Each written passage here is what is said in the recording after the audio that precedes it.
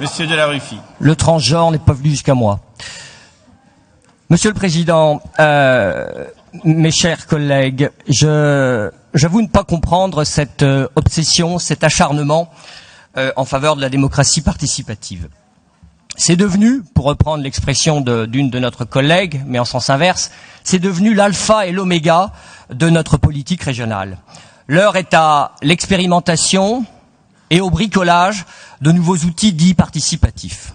Le problème et la difficulté avec cette démocratie participative, c'est qu'elle ne peut, pour des raisons matérielles évidentes, structurelles diront certains, concerner la totalité des habitants d'un territoire, mais seulement une infime partie d'entre eux.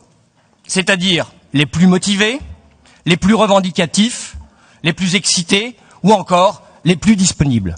Il est vrai que pour participer à l'Assemblée générale ou aux États généraux de l'économie, un jeudi ou un mercredi, encore faut-il être disponible professionnellement pour pouvoir faire entendre sa voix. De fait, cette surreprésentation, cette démocratie participative, aboutit à une surreprésentation des communautés minoritaires. Et c'est comme ça qu'on va remettre en cause le principe intangible de l'égalité. Il est à craindre que des individus qui n'ont pas le bon profil, les plus âgés, les moins motivés, les moins disponibles, les ruraux, seront les perdants de cette démocratie participative. En définitive, seuls vont s'exprimer des corporatismes, des intérêts particuliers, incapables de défendre l'intérêt général, qui est pourtant le moteur de notre démocratie. Alors, c'est vrai qu'il faut agir. Il faut faire quelque chose. Il faut d'abord faire quelque chose sur la démocratie représentative. Je ne parle pas pour notre région, mais je pourrais vous citer 2 exemples de collectivités pour lesquelles cette démocratie est effectivement en crise. Vous avez tout d'abord les intercommunalités. Alors certes, depuis la loi RCT du 16 décembre 2010, désormais les conseillers communautaires sont élus au suffrage universel direct.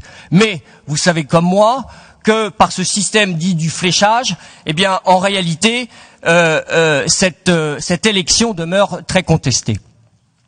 Autre anomalie dans ces intercommunalités, c'est la logique des majorités, qui, vous le savez, repose sur la recherche permanente d'un consensus entre ses protagonistes, avec des négociations, des compromis, des compensations, des trocs, diront certains, à huis clos, dans des bureaux communautaires, dans la confidentialité, et cela n'est guère attirant. Et puis enfin, ces intercommunalités ne me semblent pas très démocratiques, puisqu'elles vont concentrer les pouvoirs et les richesses au détriment des communes, des départements, mais également des syndicats de communes qui organisent les services publics. Je prends sur le temps de parole du groupe, madame, s'il vous plaît.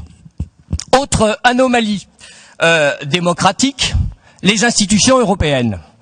Alors là, on atteint une certaine apogée, puisque le Parlement européen, seul organe élu au suffrage universel, est évidemment faible en pouvoir, puisque vous le savons tous, c'est le Conseil européen des ministres, qui joue ce rôle de législateur, notamment en matière monétaire et commerciale, et c'est la Commission européenne qui propose tous les textes, alors même que ses membres ne sont pas élus. Alors que faire? Améliorer la démocratie participative, je viens de dire, oui, peut-être pas dans les conseils régionaux, mais pour d'autres institutions, mais surtout, ce qui m'apparaît indispensable, sans répéter ce qui vient d'être dit, c'est bien évidemment provoquer ou du moins développer la démocratie directe ou semi-directe, c'est-à-dire la consultation électeur pour un avis, les référendums pour un choix, ainsi que cela nous est possible depuis la loi organique du 1er août 2003. À l'heure où nos amis britanniques décident de leur avenir européen, imitons-les, ne serait-ce qu'au niveau de notre région, en organisant régulièrement des consultations ou des référendums.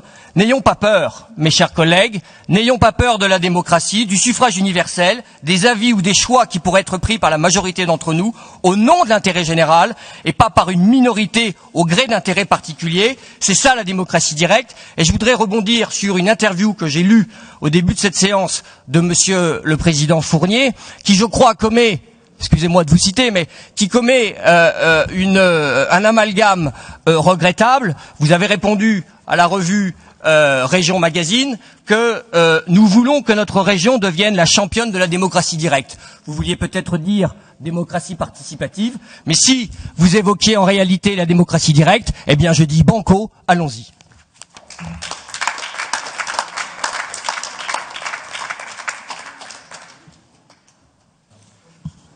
Merci, Monsieur de la Ruffie.